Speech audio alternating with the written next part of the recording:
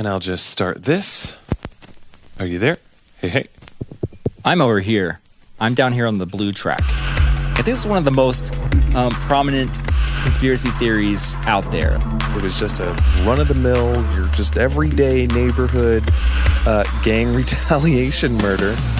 Broadcasting from Nashville, Tennessee, offering a glimpse inside the music industry, shedding light on things they don't want you to know, and exposing some of the industry's biggest secrets. You're listening to the Turned Up Podcast, presented by Real Sound Productions. Here are your hosts, Jake Jones. Guess what day it is? And Robert Venable. Oh, I was going to say hump day, but I don't think it is.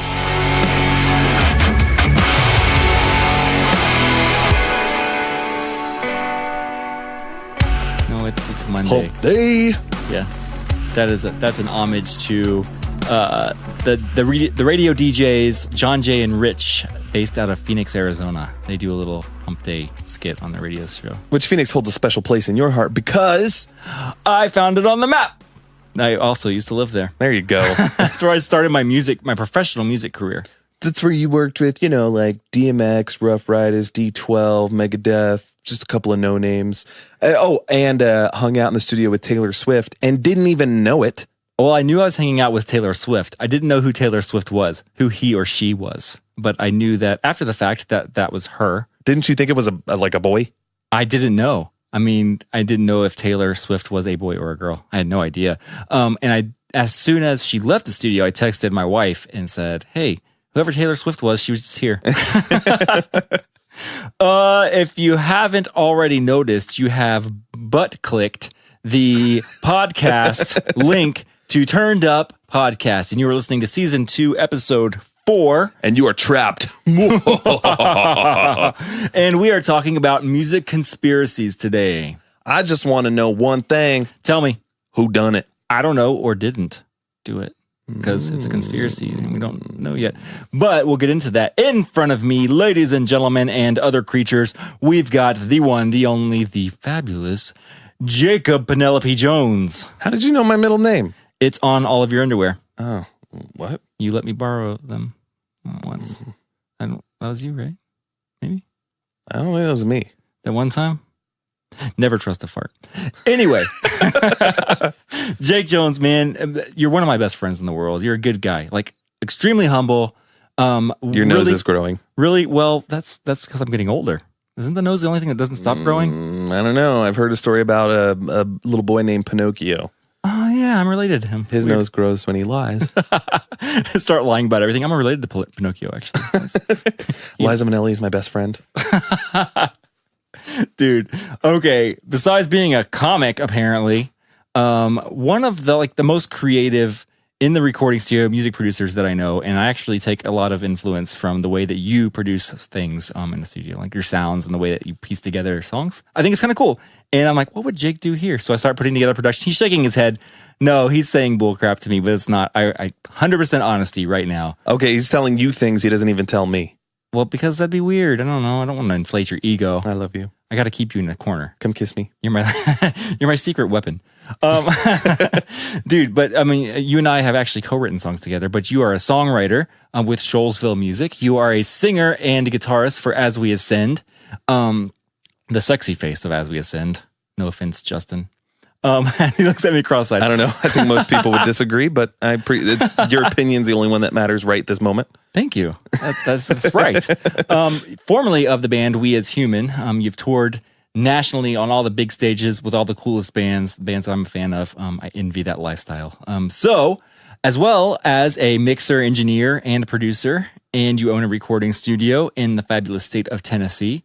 But one of my favorite things about you, Jake Jones, you look at me with surprise and anticipation, is the fact that you are a huge lobbyist for male skirts. Listen, okay, let's be honest. It's 2018. Why aren't men wearing skirts? That's a great question, Jake. Being serious right now, okay? They used to be called a kilt. The design on it's all that's different, right? If it's plaid, you're fine. Let's get down to brass tacks here. It's a skirt, okay? And some men look good in plaid. Some men, like myself, don't. What if I want to wear a kilt, but I don't want to wear plaid, and I don't want to wear green? Solids and stripes, bro. Right? I want to wear a solid black skirt. They're nice and cool in the summer. They let the breeze in. Women get to do it. Why can't men do it? I can't believe I just said that. I'm going to just rewinding. Nothing like a nice gabardine black skirt in the middle of summer. And that's been your episode of the Turned Up Podcast. Have a nice day. Oh, that hilarious face in front of me, Mr. Robert Venable. He's a Grammy-nominated, Dove Award-winning engineer, producer, songwriter, drummer for the band As We Ascend. He's also a songwriter on Shoalsville Music Publishing with myself. Shout out to Chad Green. Hello, Chad Green. And Shoalsville. He's also a guitarist, and I'm not really a guitarist, and I'm learning guitar. As what usually happens in my life with everyone around me, I've shown him a couple of dumb little things on guitar, and in 2 months he'll be 1,000 times better than me, which is not necessarily saying much. Your mistake, Jake. He's also an amazing friend, one of my best friends in the entire world. So thank you. Robert, tell me more about me. Robert has many accolades. In fact, he was just taking a photo of his studio, and I was like, "Hey, take a picture of your award." He's like, "I don't really have any awards," with a freaking gold record sitting behind your face. I forgot about that. And then behind that, a #1 plaque, and then right beside that, which one is that one for? Is that for best song of the year or best new band of the year? I can't. Rock album of the year. Rock album of the year. Okay. Yeah. For As We Ascend, the band he plays drums for and songwrites for. I'm also looking at a Mix Magazine article that's framed here that he was in.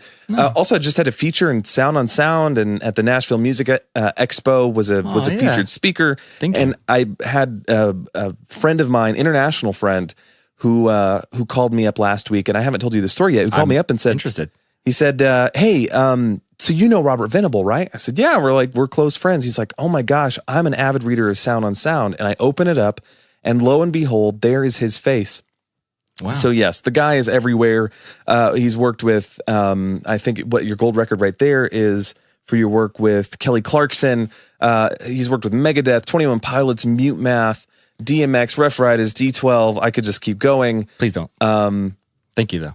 However, as amazing as all of those things are about Robert, and as an amazing person he is, one of the coolest things about him, and a hashtag did you know, Robert actually raises alpacas, but not just any alpacas. These alpacas are bred specifically to hunt earthworms, used specifically for fishing bait and nothing else. Right. And you just bought like an acre of land to get a couple more alpacas, is that right? To get about 20 more alpacas, because you can live 20 per acre. Okay. Without, I didn't realize that. You're up with all the regulations, I suppose. I just learned it. I also just learned that I am an alpaca farmer, so I have to figure out what I'm doing here. The earthworms thing I've been doing for decades, right? That's basically a God-given thing. Centuries, really. I was thinking, yeah, what's a minute among years? I don't even know what that means. I made up that phrase. Oh, yeah, thank you. But yeah, I've developed my farm, my family and I, and we all put on our galoshes and our wading pants, because you have to keep at least half of the acre completely underwater. A lot of people don't know about earthworms and how they like to swim at first at birth, and then they migrate their way in like a little evolution stage of their own. Which the same could be said for alpacas, right? They like to swim at birth. Certain breeds. And then as they... A lot of water births in the alpaca community. Hatch out of their cocoons, they... Right, or eggs, depending on what kind of alpaca you have. Okay, makes sense. Yeah, but the earthworms are all live birthed and hand-delivered. I've got my kids out there doing those because they're relative in size to that. So okay. I hatch the alpaca eggs / cocoons. Training your children to be earthworm midwives. Yeah, you teach a man to hatch earthworms, and they'll eat for a lifetime or something like that. Close enough. I believe that's the quote. But newsflash, actually, Jake, Avril Lavigne is dead. Wait, what? She just released a song. No, someone did. Well, it was Avril Lavigne. That's what they want you to It's believe. like a killer song. I've heard it. That is a killer. Funny choice of words you used there. So rumor has it that Avril Lavigne is actually dead and has a body double doing all of her stuff right now. Her albums, her songs, her appearances, everything. Okay, I've heard some conspiracy theories about artists and music, but I haven't heard that one. That's a relatively new, well, not relatively new. It's been around a few years, but not as popular or as, well known as the Elvis thing we'll get into later. A Brazilian blog actually started a theory that Avril Lavigne is dead and she was replaced by a doppelganger named Melissa Vandella. That's very specific. That is very specific. So obviously there has to be some fact behind this, right? I would hope. I would hope they're not just making it I guess if you're going to tell a lie, you want to be very specific with the details so people don't think that you're lying. They say, but which is one of the biggest telltales that someone is lying? Getting over specific with details? Yes. Well, let me tell you about a story once. I was actually 14 and a half years old, 14 years, 86 days-ish. You're being very specific. This is a true story, I promise you. Or when people say this is a true story, I promise you, it's probably a good tell that you're lying. They really said that Vandella was hired as a body double to help Avril deal with the paparazzi and the publicity that she was getting. And then actually when Avril died, I don't know how she supposedly died, stepped in as Avril. Huh.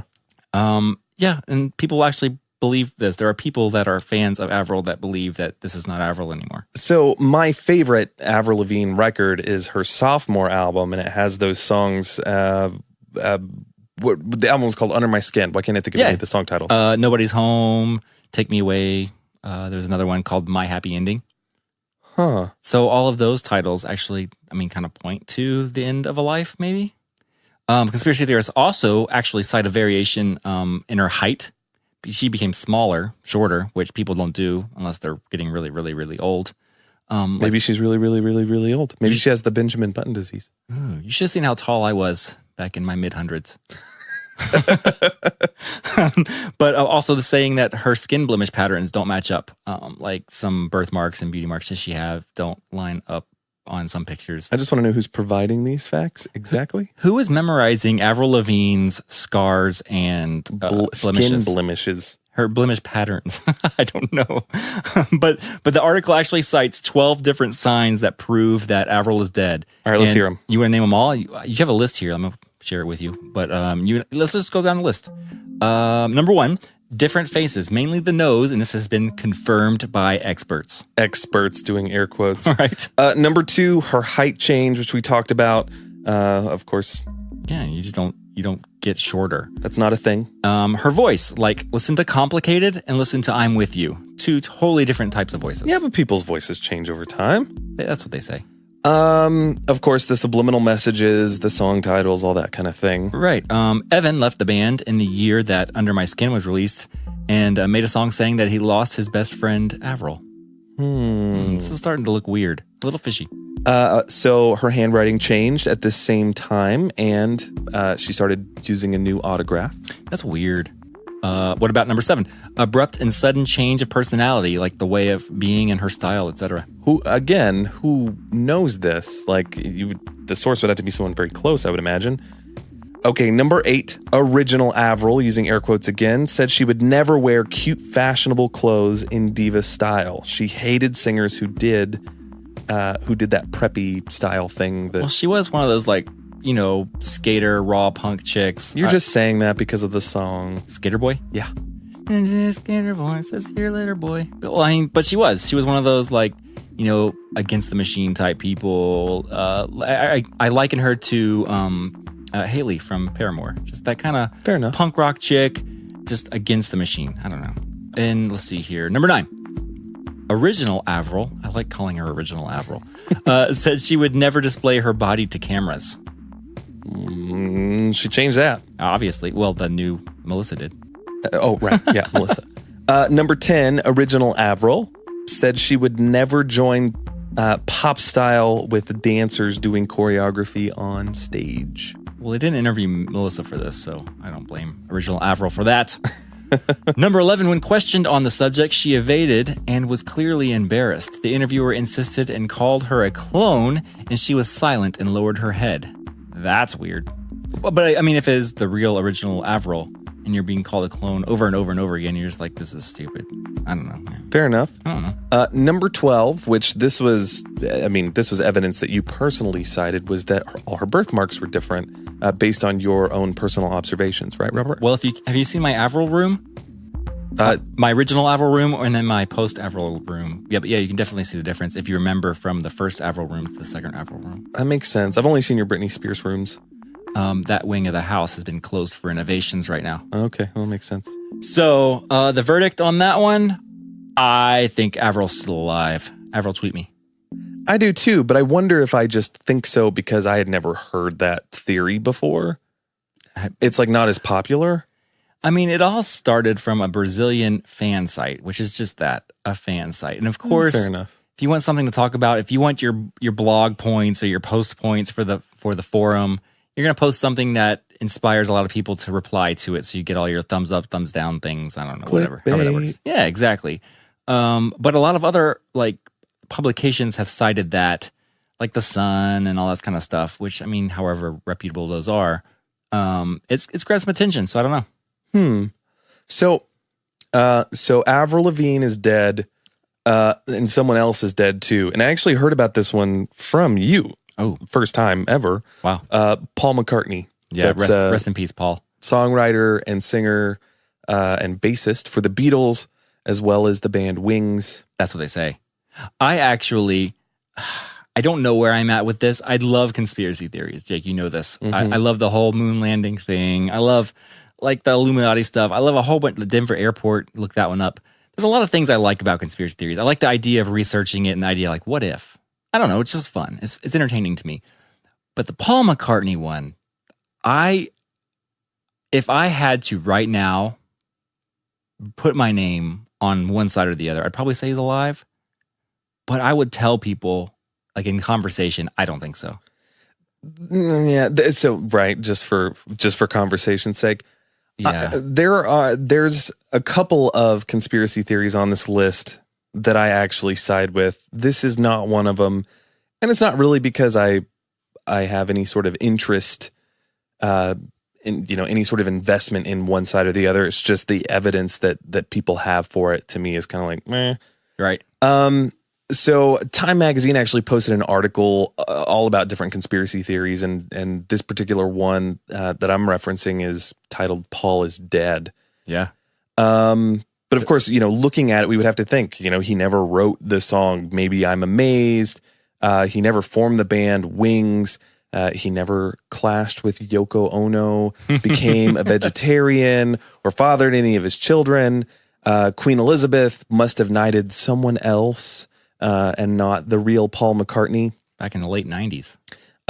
So the conspiracy theorists actually believe that he died in 1966. Whoa. And that's like way back. Right. Well, Right. I mean, if you think the Beatles hit hard in 64 and broke up in 1970, or 69 or 70.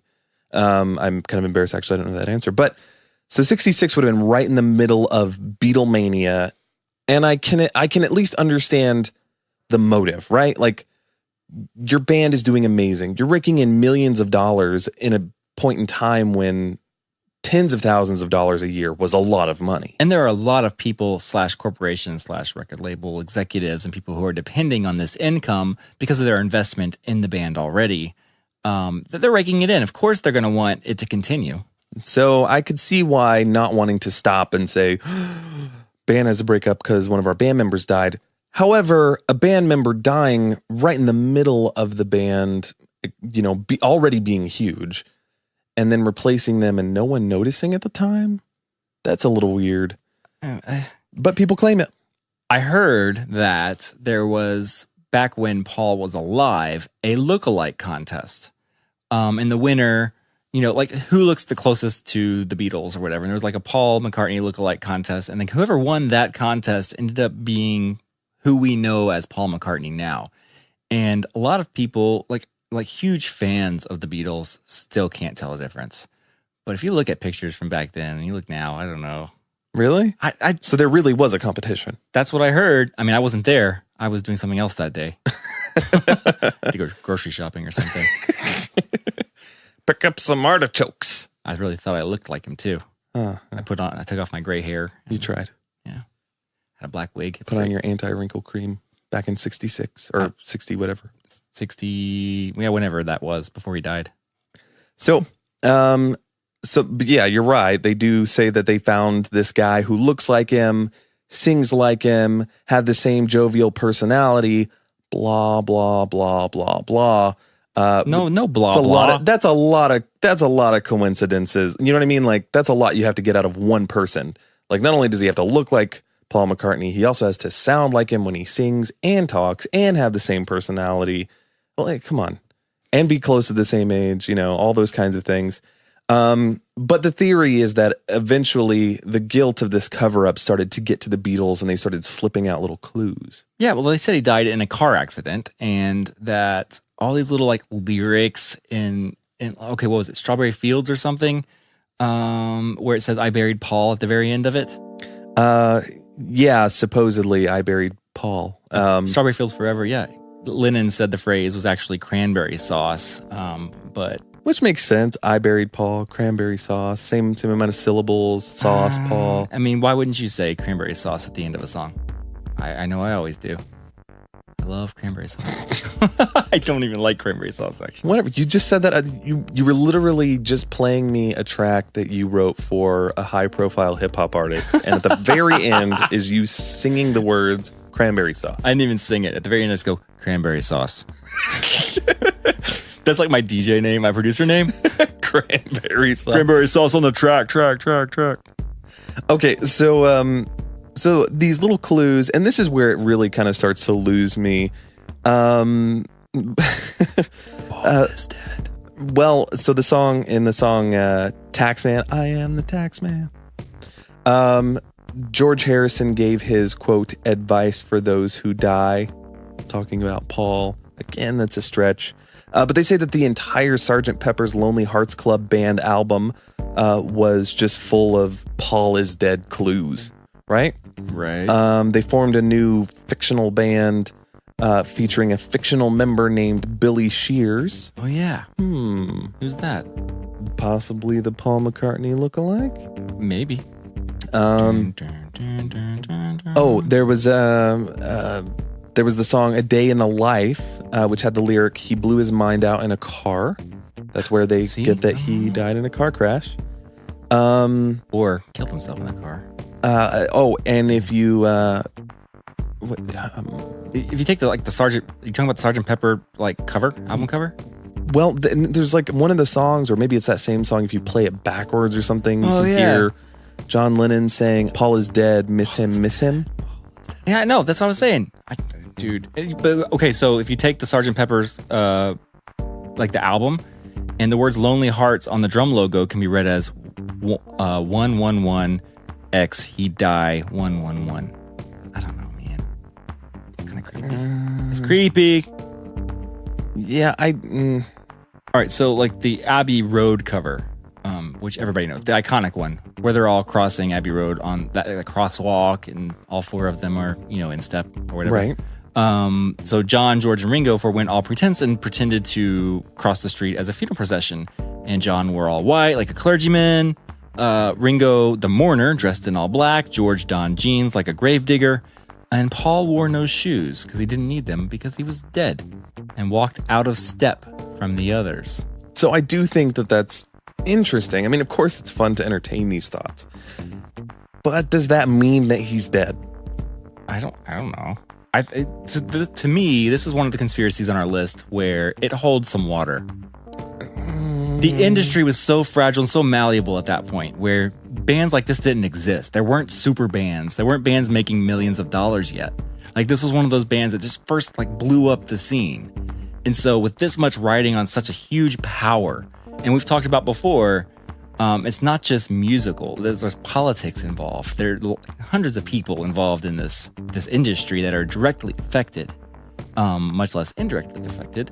And financially, when that gets involved, if it all comes crashing down, pun intended, to nothing, that income is just cut off. And then what? Where are these people going? I will say the 60s and 70s is just awash with tons of conspiracy theories. 11/22/63, of course, is the JFK assassination, and a lot of great documentaries on that one.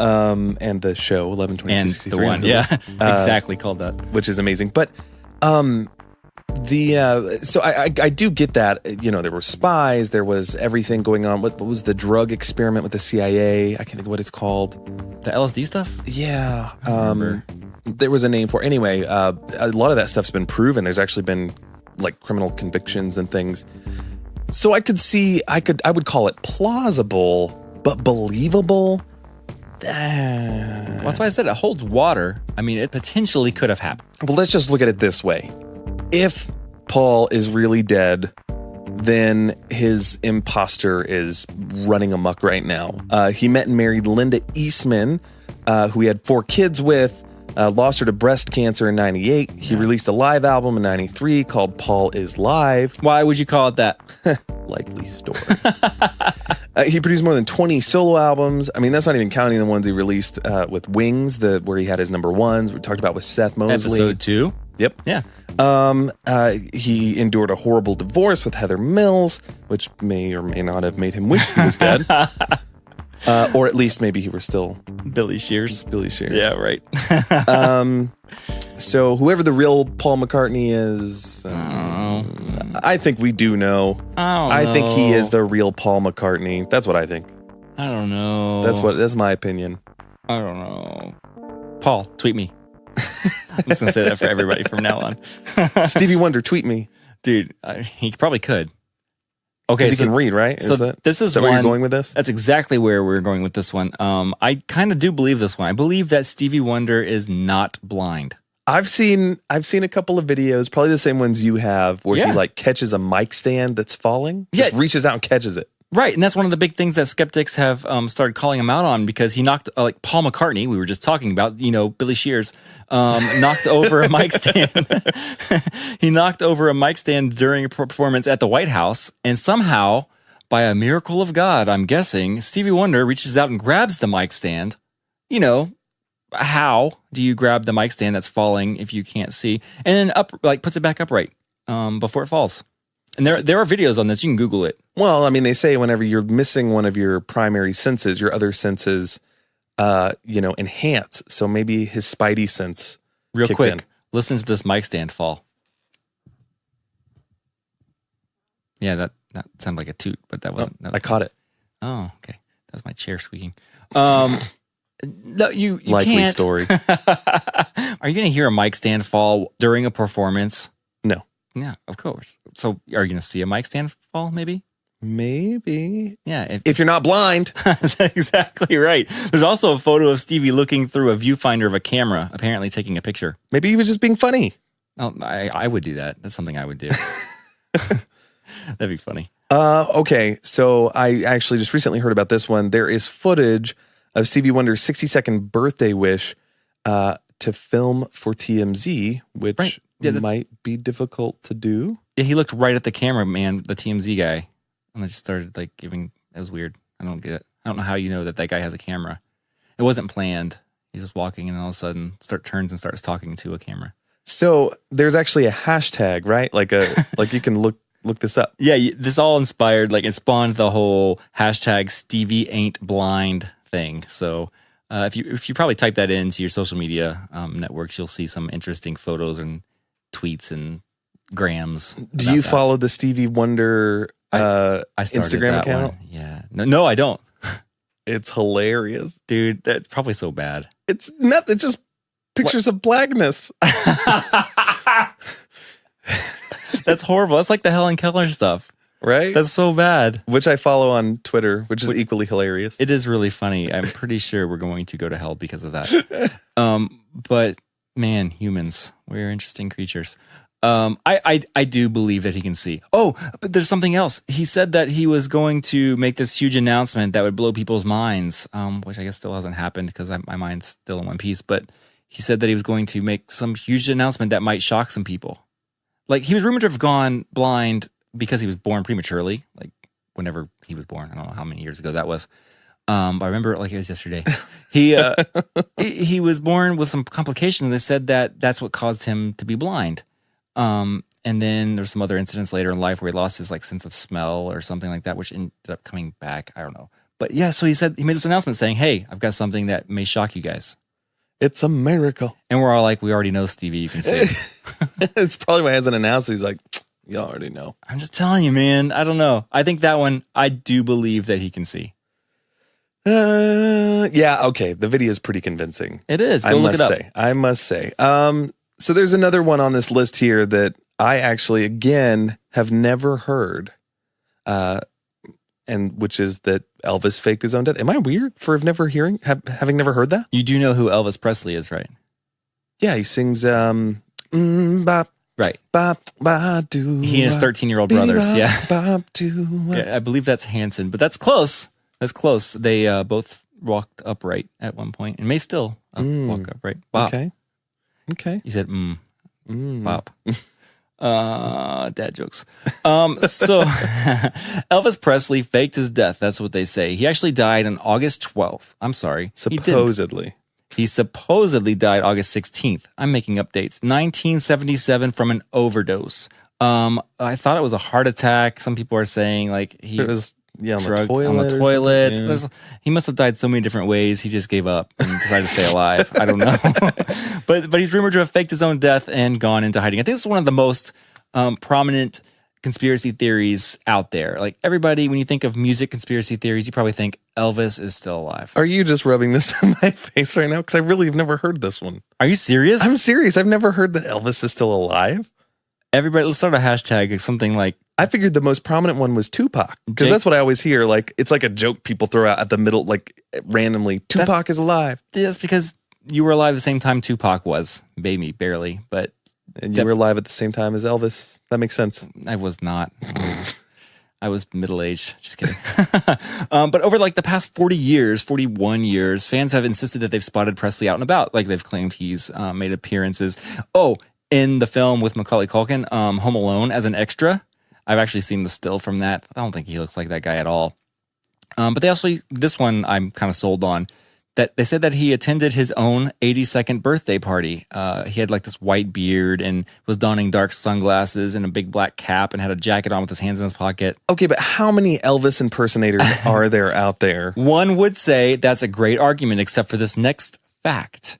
They said that there are several security guards, which you can see in the photos, that are following this particular guy around. How hard is it to hire a security detail? Why would you hire a security detail? So that people think you're really Elvis. What if you are really Elvis? Then you don't hire a security detail. Everybody thinks you're dead, so you just walk around like normal with your shades on and your beard. Jake, don't be ridiculous. I am Elvis. Oh, I'm trying to cover all this stuff right now. Your beard color is great for being 80-something years old. It's kind of red. A Gallup poll conducted in the late 90s found that only 4% of Americans thought Presley was alive, while 93% of those surveyed said that he was dead, which leaves a 3% margin of error or inconclusivity. So let's say 7% total, 4 plus the 3% say that Elvis is still alive. Oh, so you're gonna go ahead and throw the extra 3% on. Give it to the underdog. So maybe this is why I've never heard of it, because everybody thinks it's redonkulous. Okay, let's get a little deeper into this. Some people say that Elvis Presley had ties to the mafia. Let me explain. There's a woman named Gail Brewer Giorgio. She wrote a book in the late 80s, a best-selling book called Is Elvis Alive? And recalled in a recent interview with Time magazine how she poured through the literally thousands of FBI documents to come to the conclusion that Presley had gone into the witness protection program. So now that wouldn't actually surprise me. Big music guy, rock and roll star, getting involved with the mob. Back then, 50s, it's not that weird, but I still don't. It's plausible. No, still faking his death. I don't know. She says, and I quote, "Do I know if Elvis is alive today? No, I don't know. But I do know he did not die on August 16th of 1977. Really? I wonder if she's with him. She said that the FBI enlisted Presley as an undercover agent in 1976 to help infiltrate a criminal organization called the Fraternity, which was made up of dozens of racketeers. The agency had approached Presley because of one of the fraternity members had dealings with Elvis over the sale of an airplane he had, and when Elvis was found to be a mole, he was put into the witness protection program. So Elvis faked his own death because he was going to be killed, and then there was no doubt about it at that point. But there's no mention of Presley aiding the FBI in the more than 760 files the federal agency had released pertaining to Elvis between 1956 and 1980. The FBI never investigated Presley, but a folder in his name was created because he was the target of several extortion attempts the FBI had probed. Stay with me here. The release documents outline the extortion cases, and they also show Presley's admiration for the FBI. That's what a nice guy. There's also mention of Presley's plane. Interesting. There's facts starting to line up here. And a business arrangement involving the aircraft. Okay. But Elvis experts say the docket lacks information that actually contains evidence showing that Presley is alive. Well, I mean, this woman could have read these documents and then fabricated a story. I mean, to kind of make, you know what I mean? She actually said that she's never met Elvis, doesn't own a single Elvis album. She's just there to try to find facts over his death. So it might be interesting that she's not like a super fan, like one of those I cry at every Elvis concert things. Anyway, all right, so there's this guy named Patrick Lacey, which was a self-proclaimed Elvis researcher, and he says, quote, all of the evidence points to a death. The medical evidence, the eyewitness report. To have him faked his own death would have required the silence and the services of literally hundreds, if not thousands, of people over the years. Which is also the same argument for a lot of conspiracy theories, including the moon landing. True, which someday we will make it there. So here's another interesting, point of evidence saying that he faked his death or is still alive. Priscilla's slip-up. In 2005, in an interview on The Oprah Show, Elvis's wife, Priscilla Presley, addressed how her late husband spoiled their daughter, Lisa Marie. In the clip, Priscilla appears to be saying, it's exactly what he said the other day, before correcting herself. Oh, I mean, what you said, to the talk show host. That could have just been a slip-up. Why would you slip up with the wrong pronoun like that? It happens all the time. I get called the dog's names. We never say things that are wrong. Do you? She doesn't. I didn't think so. I tried to throw in all the pronouns I know. That doesn't make any sense. Well, you missed Zer and Zim and... Oh, well, let's not go to all the pronouns. They and... All right, there's another error. He's got a tombstone because he, quote unquote, died, blah, blah, blah.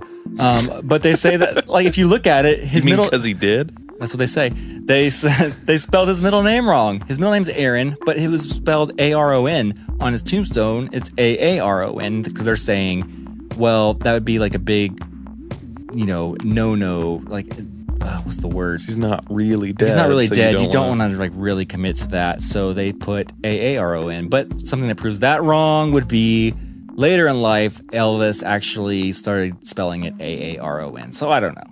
I don't know the legalities of faking your death and how you're supposed to spell it on your tombstone. Lame excuse, whatever. Maybe you'll know soon.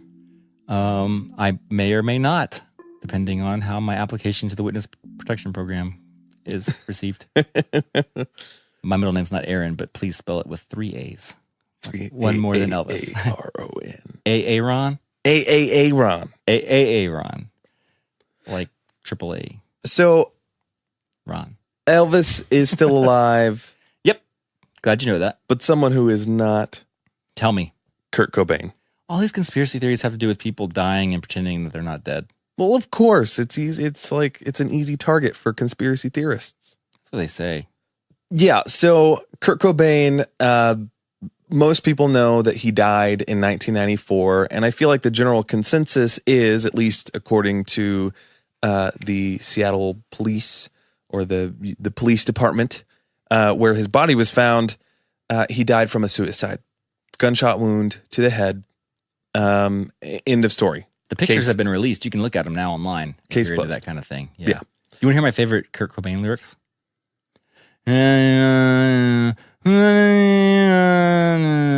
Mosquito. You're not far off from the actual lyrics. My favorite thing about that song is that it doesn't mean anything. I know. We talked about this a little bit before. That's great. I think it's awesome. I think it's great. Man, we'll talk about it more when we have coffee with him next week. Oh, sorry. He's dead. Yeah, that's what you're supposed to talk about. No, but so Kurt Cobain is dead. That's not disputed. But how he died is widely disputed. In fact, there's documentaries all over the place. I watched one last year on Netflix called Soaked in Bleach, a play on words with his one of their album titles. Yeah, Bleach. Right. And this is one I think I might actually believe. So the theory goes that that he was murdered by a hitman that his then wife, Courtney Love, hired, or that she maybe even murdered him herself. I don't think she did. I think she hired somebody. She likes her fingernails too much. So the belief is that she was afraid he was about to divorce her, and we'll get to that in a second. And so if he was dead, then she would, before he had an opportunity to change his will and leave her, all that kind of stuff, then she would inherit his fortune. It's all about the money. All about the money. And I mean, it's not that difficult to learn about Courtney Love. You can look her up, watch an interview, anything. You know, she's a little bit of a loose cannon. Yeah, but like, what evidence do you have about this? Okay, so there's actually quite a bit of evidence. So one of the first thing is the suicide note. You can read it. Again, it's online. And you can see clearly there's one type of handwriting and then it changes drastically. It looks like he's switched from writing with his right hand to his left hand. It really does. So if you look at the handwriting, if you look at the first chunk of handwriting that's supposedly his, it's really kind of ambiguous. It could be talking about suicide, or it could be just talking about getting ready to divorce her, Courtney, his wife. Yeah. The other bit of handwriting is where it starts to really sound like suicide. And if you want to look it up, you can Google it. It's all over. You find tons of images of it. I won't read it or anything, but that's one thing. Something else is that he had a lot of heroin in his system. Yeah. And really, a lot of experts have said far too much heroin to have even been able to pick up a gun and shoot himself. Right. And not even and too much heroin to even be conscious.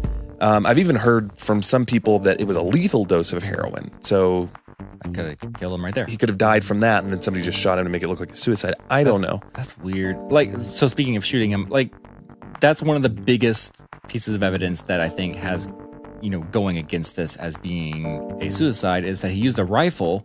Like, remember, like, there's a whole bunch of talk about how he used the rifle, and it was the angle you'd have to hold the trigger to shoot it, and the way he was holding the gun, the angle, like, it doesn't match up. Well, so Courtney Love made this comment about melting down Kurt's guns, and some people misconstrued that to mean that particular gun, or that maybe the police. No, the rifle that he used is still in the police department's possession, and there's actually photos of the police holding the gun in different positions. Right. It's a shotgun. Yeah. To show that actually is plausible. He could have shot himself, but that is a big piece of evidence that people still claim. Another thing, so he died in April of 94, but March, so just the month before that, he wound up in the hospital from an accidental overdose. And Courtney Love told a lot of people that it was a suicide attempt. But the doctor actually says, no, it didn't look like a suicide attempt. It looked like he just took too many drugs. But the idea is that, if she says it was a suicide attempt, starting to lead up to this story. Right. Might make him sense. look suicidal and depressed and all that kind of stuff. So then all of a sudden, when he shoots himself a month later, it's like, oh, well, we knew that because he just tried to kill himself before. Do you think Courtney had a motive? Like, why? I mean, we talked about divorce, but... Well, yeah. So he had actually just recently changed his will. That makes sense. To exclude her. So she's just mad. Or he was about to change his will. Either way, it was happening. And we don't know, only he knew, if it was because he was getting ready to divorce her, if he just didn't want her to get everything in his will, or if he was planning on suicide or what. But that is definitely good motive. Like, I mean, that'll make you mad. Let me get you before you have an opportunity to sign this. Something else that, and this has been chalked up to conjecture, but I've heard this one a lot, and I don't know if it's conjecture or if it's not, if it might be true, but the door was actually locked from the outside. The room that he was found in, the door was locked from the outside and not the inside. Even if you're going to kill somebody, that's like something you would, make sure you didn't do. Right. Oh, I just killed him. Let me just lock the door real quick. Turn off the lights. All right, yeah, and I don't know what kind of lock, if it was a deadbolt. I mean, obviously, if it was a deadbolt that only locks from one side of the door. Unless you have a key. Then, well, just period. From one side of the door, then obviously he couldn't have locked it. But was the door even locked? Was that just something somebody made up? Was it a deadbolt? Did he have a key and he just locked it from the inside? Like, what happened? I don't know. But that's the story. Another thing, one of his credit cards was used between the time that he would have shot himself, supposedly, and the time that he was found. And that interesting. That is a fact. But also, I mean, his wife had his credit cards. She could have used the credit card for something after he. But the idea that's right. The idea is that someone stole it from him after they shot him and then used it, and then he was found. Something that is very interesting, though, there were no fingerprints found on the gun. How does that work? The pin or the suicide note. Someone wiped them off. That's the theory. You can't wipe off your fingerprints after you're dead. Like, you pulled the trigger, that's still there, unless he used his shirt or something. Well, the police say that probably what happened is because it was Seattle and it's, humid and rainy and moist in the air, just police and everyone around messing with everything. The fingerprints could have gotten rubbed off. They washed themselves off? Well, from them handling it, with their gloves, and there was moisture. So, because all it is oil. Yeah, I don't know. That's, but it's some good points. Of course, like with any conspiracy theory, there's some like really far out ones. One of those is that the CIA killed him because of his, anti-establishment message that he preached in his lyrics. Right. But one that I actually really think is probably the truth. Kurt faked his death because he's a lizard person. That sounds like something that you would believe. Mm-hmm. There are a lot of conspiracies. I just kind of glossed over those of people being lizard people. There's a lot of those. Are there really people, honestly, is there a person out there that believes that people are lizards? Apparently. I know you can fake it and I'm just going to keep saying I believe this for a while, but is there actually someone who thinks, yeah, Kurt Cobain was a lizard? Well, I think that they think that everyone who's a part of the Illuminati is a lizard people. There are lots of videos about that, which is interesting. I saw one of Obama turning into a lizard. Definitely was not doctored. You know who else is alive right now? I do, and this is my favorite one, and definitely one I believe because I've seen the video evidence, and in my opinion, the most famous one. This is the one that I remember when it happened, and I was kind of into hip hop with my buddies growing up, and this was, it was an interesting one because there's a lot of Bloods versus Crips thing in the hip hop community, especially then. Tupac Shakur. What we do know is that September 7th in 1996, the year of our Lord, Tupac Shakur and Suge Knight, the then CEO of Death Row Records, attended a Mike Tyson fight in Vegas at the MGM Grand. In the lobby of the casino, Shakur had a little run-in with Orlando Anderson, which is one of the Crips members. Again, Tupac being a Blood. He actually wasn't a Blood. We'll get into it in a moment, but I learned more about... He always wore the red bandana around his head. He's got famous pictures of him. True story. Tupac was in jail. Suge Knight offered to pay for his appeal in exchange for 3 albums. And so when he joined Death Row Records for this exchange, he automatically was drafted into Suge Knight's gang, which was, what were they called? They had a name. Dude, I thought he was a Blood. I'll have to find it. And they were a rival gang, but earlier in the day, this guy, Orlando, had tried to rip off one of the Death Row pendants. Yeah. And so Tupac recognized the guy at the MGM and went back and was like, "Yo, what the heck were you doing at the mall?" And basically him and his crew beat up the guy, right? Yeah. They had little skirmish there in the lobby before it got broken up, and then Shakur and Suge Knight's after their entourage they just left. They broke it up. Security broke it up. Police were cut this out. This is not the place for it. So they left. And Tupac and Suge headed out to Club 662, which was owned by Suge Knight at the time. And on their way to the club, a white Cadillac actually, pulled up next to them at a stoplight on the passenger side, and someone fired 14 shots into the car, hitting Tupac 4 times. It was like 2 in the chest, 1 in the arm, 1 somewhere else. And then a bullet fragment shot up and hit Suge Knight. That was the only thing that hit Suge. Otherwise, he's pretty much unscathed. And Tupac was taken to the hospital where doctors found him, barely conscious, and they kept him alive for 6 days. And then his mom decided, no more treatment, let's pull the plug. And with her words, said that he wanted to exit quietly, which is kind of interesting. We'll get to that in a minute. The media actually blamed Notorious B.I.G. They put their spin on it, like they always do, saying that, Tupac Shakur's former friend and East Coast rival, the Notorious B.I.G., had something to do with it. Another story put the blame on Suge Knight, which is an interesting twist. They said that's like a sour relationship between Death Row Records CEO and his rising star.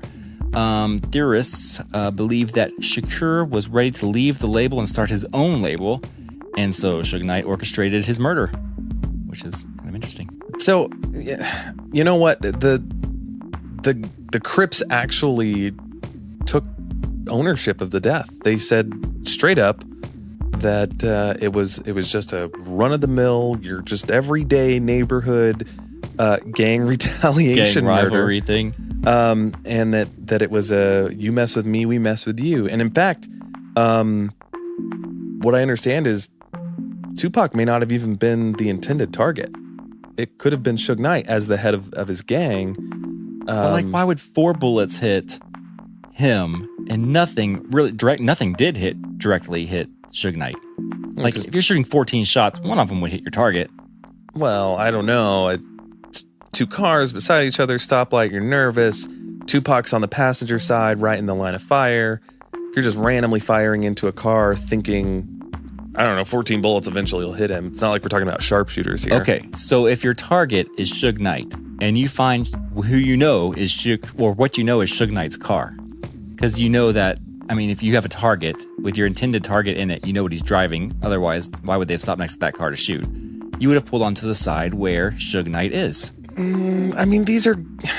They're gang guys. Who cares if they go to the driver's side or the passenger side? They're going to hit... Suge Knight's not a small guy. Well... And it's Suge Knight's car. You're going to pull to the side where you know you're going to hit Suge Knight. That's your job. We're talking about gang members here. We're not talking about college grads or PhDs or sharpshooters or military veterans. We're talking about people who already have made incredibly wonderful, wise, smart decisions by joining a gang.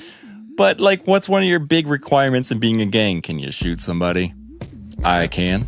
Can you shoot a gun? Can you shoot a gun at somebody? Maybe, I don't know, maybe it was somebody's, their initiation. Pull up to the car and shoot. Maybe he didn't even know who these people were. I don't know. He was just like, that car right there. Suge Knight's in that car. Also, when one of the biggest things that gangs do is take credit for big things that happen. Just like, not even just gangs, but terrorist cells will take credit for things that are bigger or beyond their control, or things they had nothing to do with, in order to show power or control and say hey, yeah, we did that. Yeah, we did that. That was us. It's an awful big coincidence to have had 2 run-ins, in the same day or within a couple of days of each other between these 2 gangs. Same day.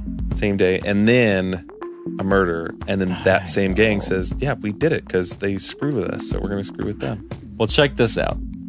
Just last year, in 2017, Suge Knight stood behind a new documentary about Tupac Shakur's death that claims that Suge Knight's ex-wife, Sharitha Golden, and Reggie Willis Jr., I've actually seen this documentary, who was the former head of security for Death Row Records, had actually plotted to hit on him, being Suge Knight, in order to gain control of the label. So they were going to turn on him and say, we want Death Row Records, we're going to kill Suge Knight, but we just killed Tupac in the line of fire anyway. Another one of those. But who's going to miss Suge Knight? That's what I'm saying. I don't know. Maybe Tupac's still alive. Well, I was about to say, I think this is all irrelevant because Tupac is alive. He is living in Cuba. Living in Cuba. Or somewhere. I don't know where. Maybe Malaysia. There's been all sorts of different articles saying that he's still alive. I think he's, sipping Mai Tais with Elvis somewhere.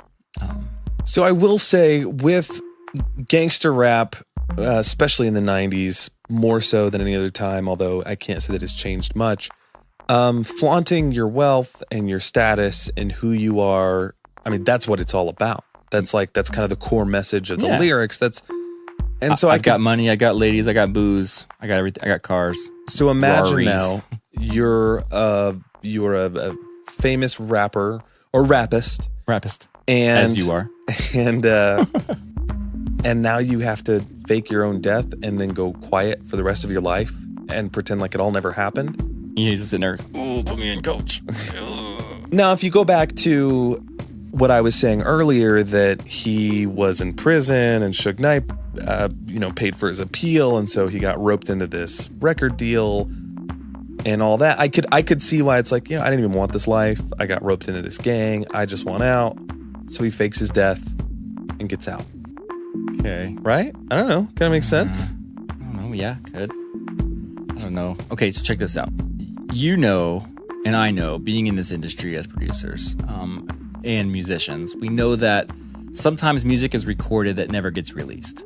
Usually a song or two, maybe 3. Yeah, I mean, maybe an album. Like sometimes albums are shelved by the label. Like you cut an album, you think it's the greatest album ever, and it just never comes out for some reason or another. And it's that one album because that album gets shelved and then your career's dead. Sure, right, exactly. And you might come up with new stuff later under a new name, or if you get out of the label deal, whatever it might be. The point being is sometimes music gets recorded and never released. Usually, maybe at most 20 songs. Like if you have a really, really long album and that never comes out. A lot. 12 songs to be, conservative there. But so right, if it's the 90s 20 songs. Right. But since Tupac's death, he has come out with 7 albums. 7 whole freaking albums? Are you kidding me? And they're saying that... And they're still saying that he's dead? Exactly. So they say that he recorded this, he's dead, but he recorded all these 7 albums, all this music before he passed away. What? And they're just now releasing it over time. I don't know, man. That's a lot of music. Did they think we're stupid? Even if Tupac is playing us all. Right? We lose. Even if he had recorded demos or work tapes for these, that's a lot of work and probably, I'm going to say, error on the side of not happening. 7 whole albums. To be able to come up and polish and mix that many albums, that many songs. Well, I mean, you and I know very well it's what we do for a living, just how much time, effort, work goes into the writing, the pre-production, the production, the editing, the mix, the everything that goes into making one album. And I will say the hip-hop world is a little different on some of that. Some of that is a little more off the cuff, like in the studio, hey, I got an idea, let's write this down, let's do this right now. Producer on the track, and you get it done. It can not happen. If you're dead. 7 records is not going to happen and not come out. Why would, even while he was alive, if he recorded those songs, they'd hit somewhere. Well, and if that whole story about getting essentially bailed out of jail is true, he only owed 3 and to Suge Knight. He fulfilled that. So, so like we said earlier, his mom said she chose the words to say Tupac chose to leave quietly. It's a direct quote. She didn't say he died, but I mean, I don't know. If he's dead, no disrespect. No disrespect to his mom, no disrespect to his family, no disrespect to him or any of his friends. But if you're in on the story, right, in the your spirit words, of conspiracy theories. I never said he died. I said he chose to leave quietly. Like if they find him on an island in Cuba. In fact, Suge Knight's son recently posted on Instagram that Tupac is living in Malaysia, along with some, posted some photos of Tupac with Beyonce and 50 Cent. Okay, so I actually saw that article. Okay. And that was recent. It was in his Instagram story. And yeah, the picture... the picture I saw on the website was Tupac with 50 Cent. Okay. And you could tell it's a recent picture of 50 Cent. And the picture of Tupac, it looks legit. It looks like an older Tupac. Which he would be older. It's at this point. Crazy. It's crazy. I'm telling you, man. And this is another one I get on board with. I think he's alive. Because I mean, if you have that many people, if your world is blowing up in a bad way, like you find out people are there to kill you or trying to kill you, you want out of your label deal, you're involved in gang stuff, kind of maybe not willingly, but to do an album, like all this stuff's happening. And you just want to make it disappear. You just wanted to make music the whole time. You just had 7 albums of music you needed to put out. If you have the money, which he would have had, you can make things happen. and especially in countries like Cuba, which at the time, United States did not have a good tie with. We had an embargo, like all this kind of stuff. There would be no extradition. Yeah, you were there and you were going to stay there. I don't know much about Malaysia, but that's an interesting country to hang out with 50 Cent in. But you can make it happen. And so that leads me to this next point. Coachella. In 2012, Snoop Dogg, Dr. Dre, the D.R.E., Tupac showed up. And I'm not lying. 100% honesty. I saw this. In hologram form, though. I did see that, yeah. Which, I mean, it can be done with modern technology and stuff like that. They estimated the cost of that to be $100,000 to $400,000 just for that appearance. That wasn't even really him. But what if that was him? Not him. It was a hologram of him. But what if that was his, umbrella company or somebody, mother, whatever, who was making the money off of this, indirectly filtering it to Tupac, like saying, "Hey, we can make a hologram of him for blah blah blah $100,000," and Tupac's like, "Yeah, let's do that. I'll film it. They can hologram it and put it in." I mean, because I would see Snoop and Dr. Dre being the kind of people who would facilitate that and be like, "That's genius. Let's do it." Dude, I would actually be interested to know, where does all his the money for his album sales go? We should look into that. We should find out who has his trust and estate. That's a podcast. And then, that's like one of those True Discovery podcasts. Yeah. The real Tupac. Where are you at? Where you at, bro? Tweet me. Yeah, I think that one's plausible. I think that one, there are a lot of holes in that story to know, like, who did what, who didn't do what, where is he? I mean, I don't know. I didn't look much into the funeral of Tupac or like the viewing or casket, or was it a closed casket thing? Like, did anybody physically see his body? Right. There's the fake autopsy photo, supposedly. They said that, yeah. So, we talked about the witness protection stuff, the FBI with Elvis. This is one I could believe, especially if you've got involvement with high-profile gangs. You've got somebody who's already been incarcerated.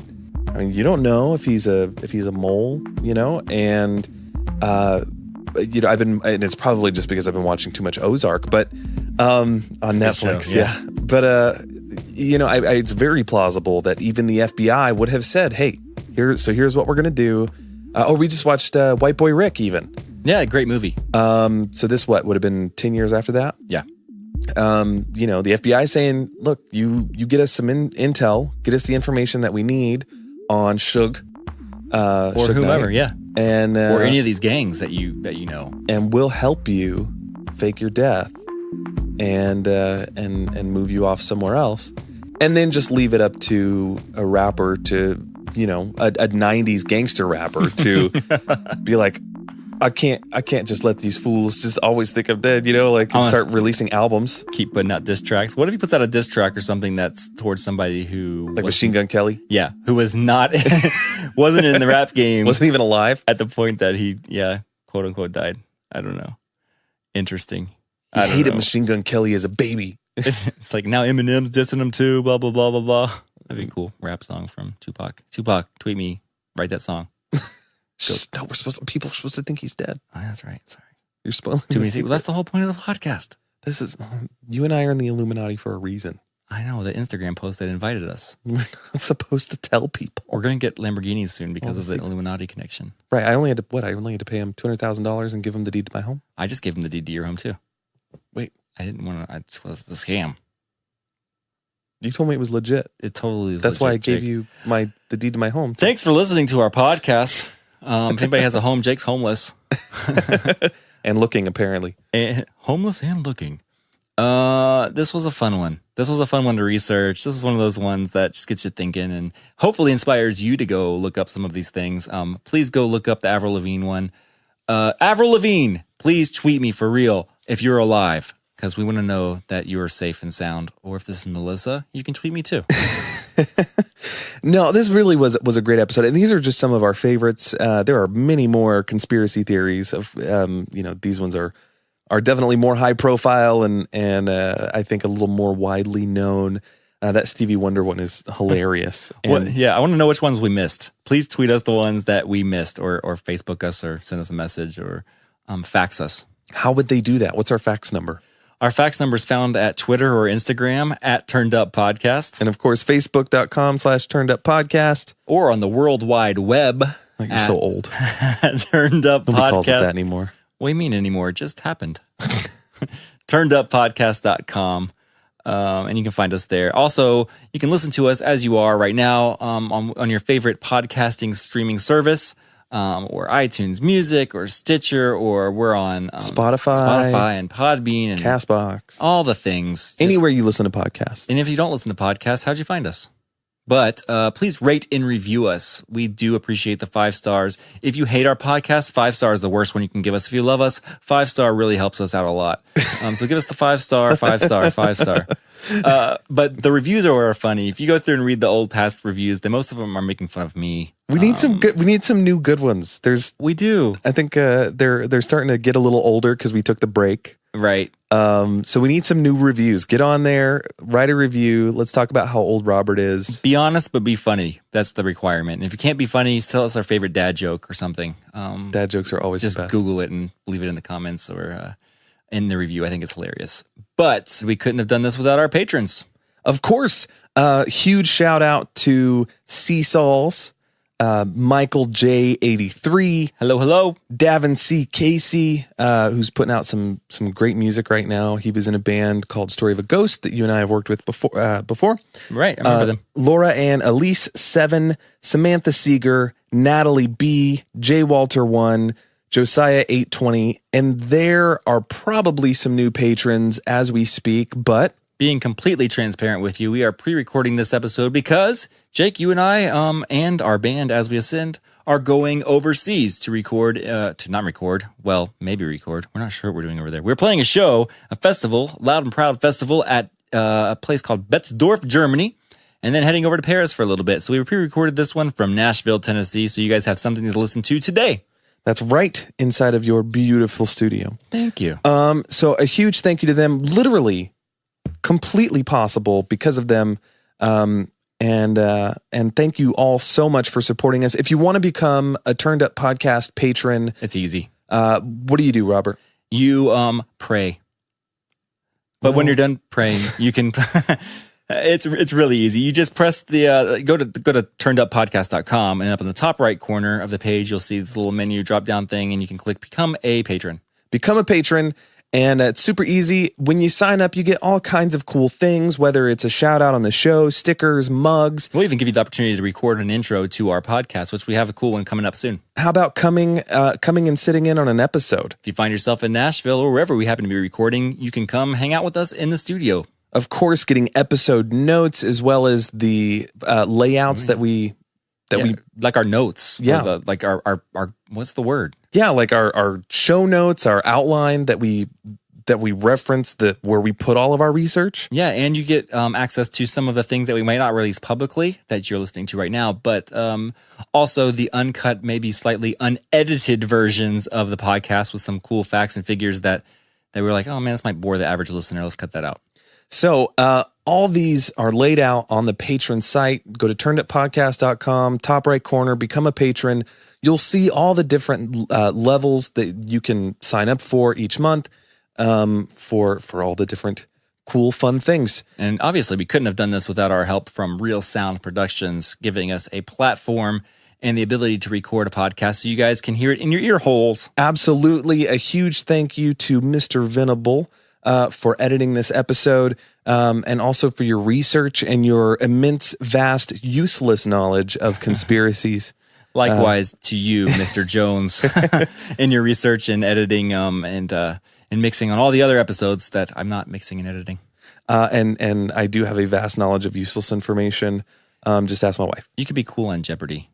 I'm more of a Wheel of Fortune type guy. Maybe The Price is Right. I'm horrible at Wheel of Fortune. I'm actually terrible at Jeopardy. Man, I'm not good at Jeopardy at all. You know what I'm really good at? Running in socks. Playing Snake on my phone. Dude, I don't want to run my battery down or else I'd be playing Snake too, but I can't. It's weird to do that on I will upgrade from my Nokia soon, but man, the Snake game is just addictive. I know. I keep getting those email messages Right. on my gateway. But yeah, like your minutes are running low. Yeah. I get that notification. I'm like, did I just waste a minute of my data? I don't know. Old people jokes. Sax me. Love you guys so much. Of course, we will be back next week. Thank you so much for listening. And this is Nashville signing out. Robert has pink socks. Peace. I do. True statement. Bye.